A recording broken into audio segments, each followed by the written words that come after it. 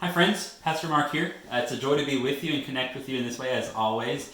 I have to apologize. We've had drive-in services the last couple weeks, and I promise I'm trying to record them, but I keep running into snafus. And so I'm trying to solve those problems, and my plan is as we go forward and continue to have drive-in services, that I will record parts of the service and be able to put them up for those of you who are still joining us online.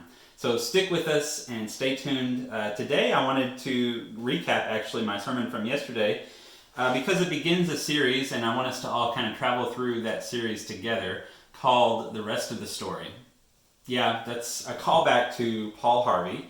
Most of you were familiar with or are familiar with Paul Harvey and his radio and TV program, The Rest of the Story. You know, he had this really calm, measured way of speaking. He would tell this story and tell some details about a person's life or a new situation that you weren't quite sure who it was, right? They were kind of obscure details, but they filled in, and at the end of the program, he would say, and this is the life of so-and-so, and that's the rest of the story. If there were to be a rest of the story in the Bible, I think it would probably be Acts. And it would be the rest of the story, not of the apostles, but of Jesus, right? We can't understand the fullness of who Jesus is and what he has accomplished for your sake until we start to read and understand the story of Acts.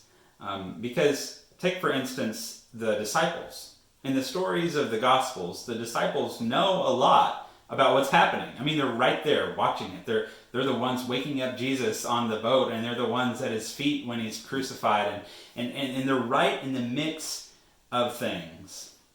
But they never seem to fully understand what's going on.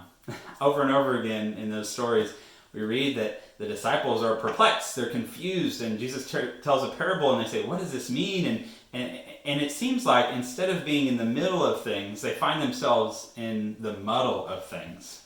They have a lot of knowledge, but they don't know what to do with that knowledge. As we turn the page into the book of Acts, written by the author of the Gospel of Luke, wrote the book of Acts as well. As we turn that page and continue the story, we realize that the disciples have this immense transformation.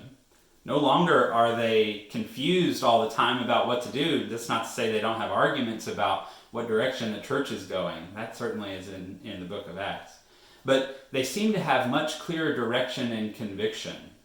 And the difference between the two books, between Luke and between Acts, or between any of the Gospels and between Acts, is that in the Gospels, the disciples were kingdom thinkers. They saw the kingdom around themselves coming down and indwelling in creation through Jesus Christ and his presence in this world.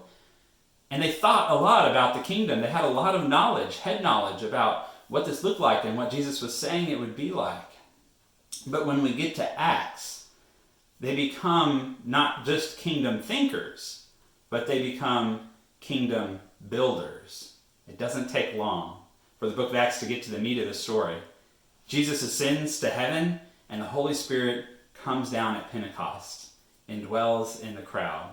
They speak in tongues, and Peter stands up. He preaches this sermon like he's never preached before, and 3,000 people create this thing we call the church. 3,000 people commit to breaking bread together, spending time in prayer. Those things we read in Acts 2. Acts is a story about how the disciples go from kingdom thinkers to kingdom builders. It's not enough to just think something. God calls us to act on the truth and the conviction that he reveals to us that we know. It's not enough just to think something, but we're called to be kingdom builders. So I hope that you'll join us as we continue on in that sermon series, as we continue to read the rest of the story in the Acts of the Apostles. And you are invited certainly to come to our drive-in services. Our next one will be this Sunday, 10:30 a.m.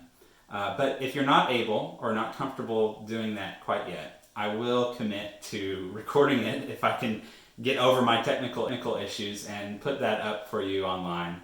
either Monday or Tuesdays, and so we can be connected in that way. So come along with us on this journey, and let's learn the rest of the story together.